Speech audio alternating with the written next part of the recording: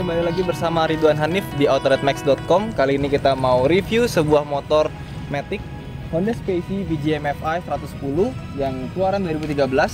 Jadi untuk di tahun 2013 ini Honda melakukan sedikit refreshment untuk motor ini, mulai dari warnanya. Kalau dulu kan kalau warna putih itu kan belakangnya ikut putih ya. Sekarang warnanya itu cuma putih, belakangnya hijau dan ada hitamnya. Nah, terus perbedaannya lagi dengan model-model sebelumnya ada pada bentuk ini ya, orang bilangnya apa, behel ya. Dia warnanya sekarang silver, dulu kan warnanya hitam, tapi sekarang untuk cover mesinnya sekarang dia warnanya hitam.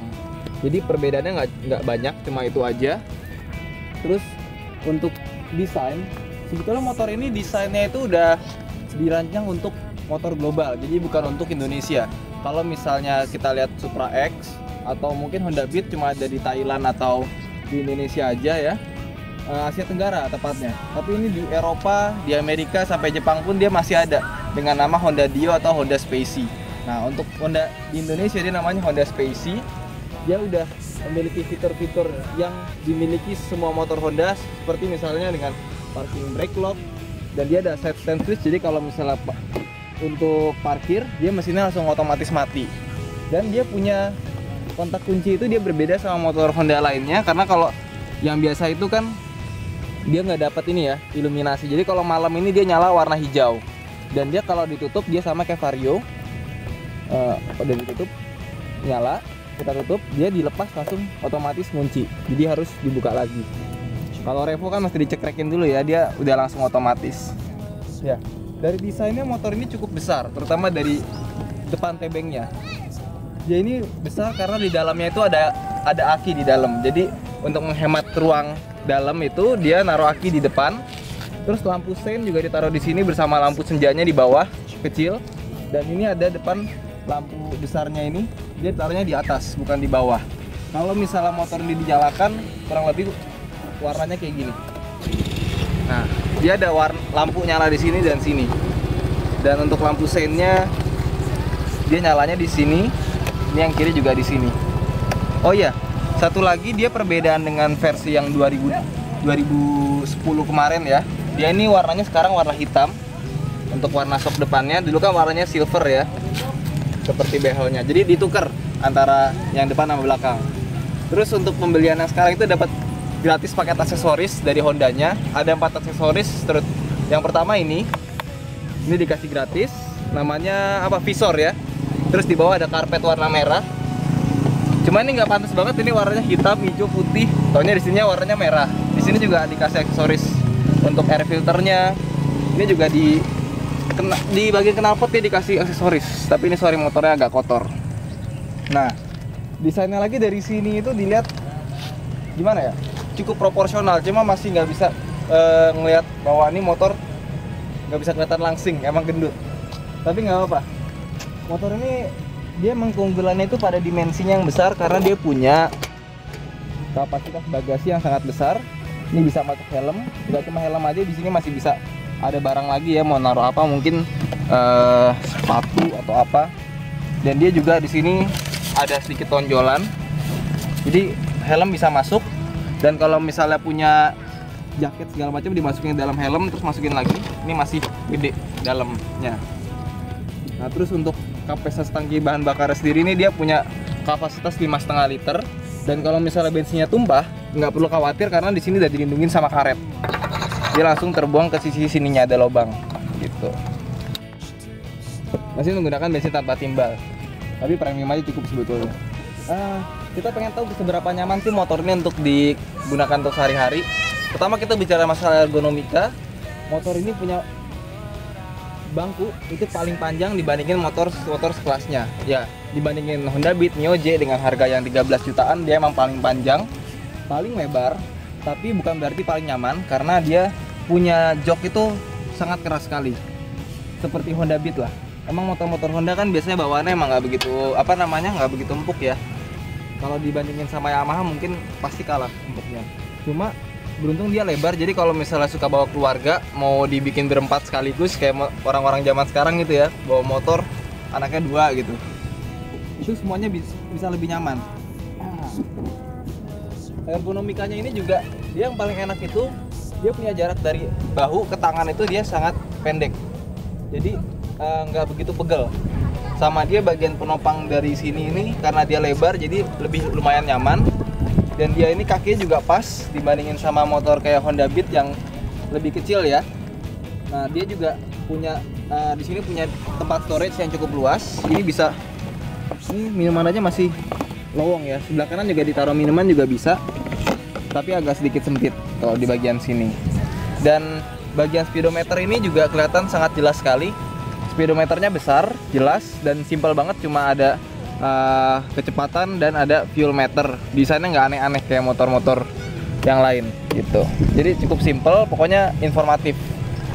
Dan dia penempatan spion juga dirasa cukup enak ya. Jadi kalau untuk jarak jauh, motor ini motor yang sangat simpel dan nggak perlu pernak-pernik apa-apa lagi, udah cukup nyaman.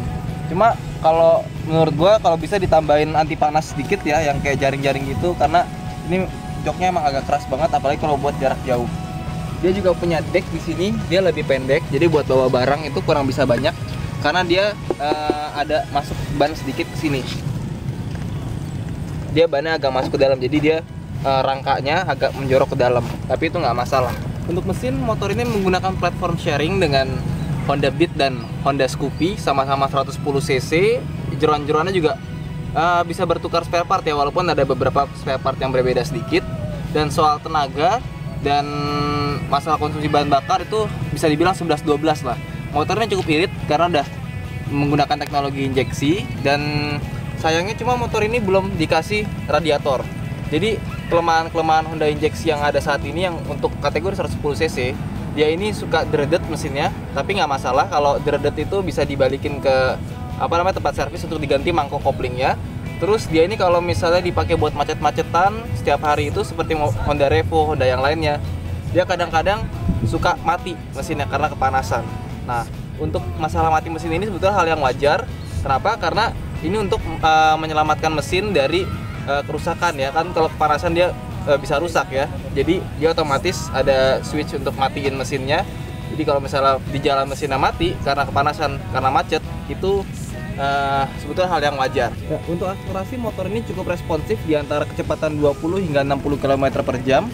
Terbukti ya dari sprint 0 ke 60 km per jam itu angkanya cukup bagus, tapi setelah 60 dia udah mulai susah lagi naiknya.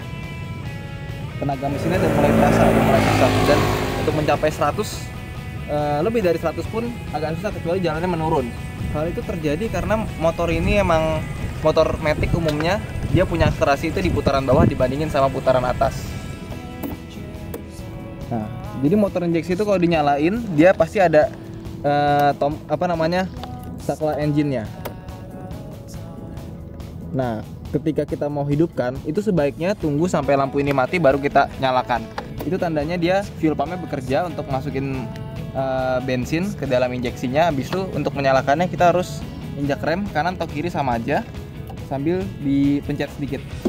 Nah, dia starternya itu belum pakai AGC starter, jadi suara masih ada betak gitu sedikit. Dan ketika dinyalakan dia otomatis lampu depan dan belakangnya pasti menyala karena dia sudah automatic headlight on. Gimana kita mau coba driving impression dari motor ini sekalian performanya ya, pasti kan pada penasaran. Yuk kita coba.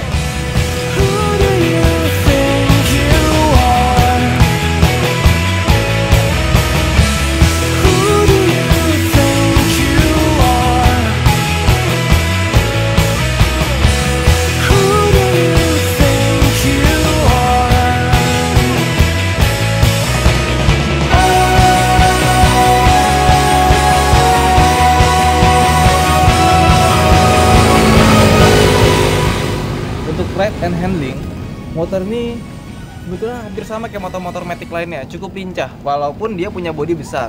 Cuma sayangnya untuk pengendaraan sehari-hari dia punya shock breaker depan dan belakang yang cukup keras dibandingin motor merek lain gitu kan. Nah, terutama yang paling mengganggu itu ada pada ground clearance-nya yang sangat pendek. Jadi misalnya kalau motor ini ngeluarin polisi tidur, jangankan berdua, sendiri aja itu biasanya dia suka mentok di bagian sini. Tapi menurut pengguna-pengguna spesi sebelumnya yang sudah memakai motor yang cukup lama, walaupun dia sering mentok tapi nggak pernah ada masalah sama ke bodi ataupun sasis. Dia motor ini tetap stabil gitu ya, nggak ada kerusakan berarti yang disebabkan oleh benturan di bawah. Lagi pula benturan di bawah ini biasanya kenanya bagian untuk standar 1 dan standar 2 nya. Honda Spacie itu merupakan motor matic pertama Honda yang memakai sebuah stabilizer antara mesin dan sasis.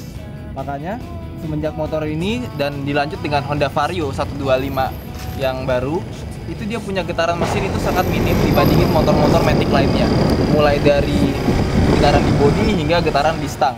Apalagi untuk yang versi full injection itu dia sudah ditambahin stabilizer di bagian kiri dan kanannya. Jadi untuk versi sebelumnya dia belum ada seperti ini ya. Jadi udah semakin redam, ditambah ini justru semakin ini ya, semakin gak kerasa getarannya. Walaupun untuk putaran-putaran bawah biasanya agak terasa sedikit gitu. Tapi kalau dibandingin sama motor-motor maticnya yang lain ya, gue jamin ini paling rendah getarannya. Kalau soal konsumsi BBM kita nggak ngetes dari mulai mulai BBM-nya kosong sampai penuh atau segala macam, tapi kita menurut pengalaman dari teman-teman di Spacious ini sekitar 35 hingga 48 km per liter. Ya cukup irit untuk sebuah motor matic ya. Oke, jadi untuk kesimpulan dari review Honda Spacie PGM FI 110cc ini menurut gue cukup memuaskan.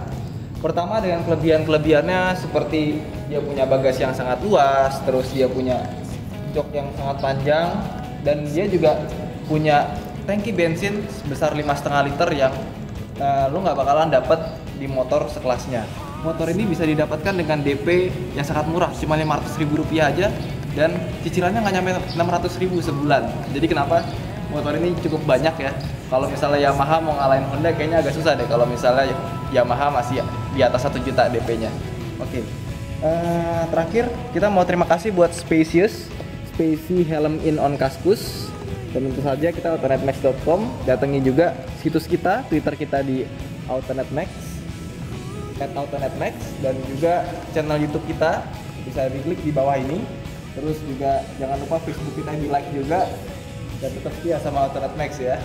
Oke, sampai jumpa di review berikutnya. Salam dari Hanif Ramadi.